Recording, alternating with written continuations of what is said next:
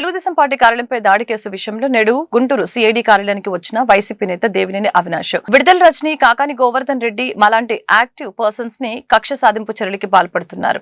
CID అధికారులు మమ్మల్ని అడిగిన అన్ని ప్రశ్నలకి సమాధానం చెప్పాను.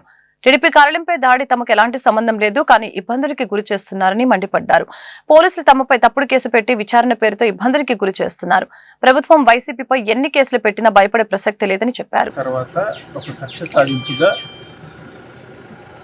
ఎవరైతే వైఎస్ఆర్ కాంగ్రెస్ పార్టీలో యాక్టివ్గా పనిచేస్తున్నారో వాళ్ళందరూ మీద కూడా ఒక తప్పుడు కేసులు బనాయించి ఈరోజు రాజకీయంగా వాళ్ళని ఇబ్బంది పెట్టిన ఆలోచనతో కోసం ప్రభుత్వం ముందుకెళ్తుంది. దానికి అనుగుణంగానే ప్రభుత్వం వచ్చిన తర్వాత ఈరోజు మా మీద ఒక తప్పుడు కేసు, అబద్ధపు కేసు చేస్తుండడం జరిగింది.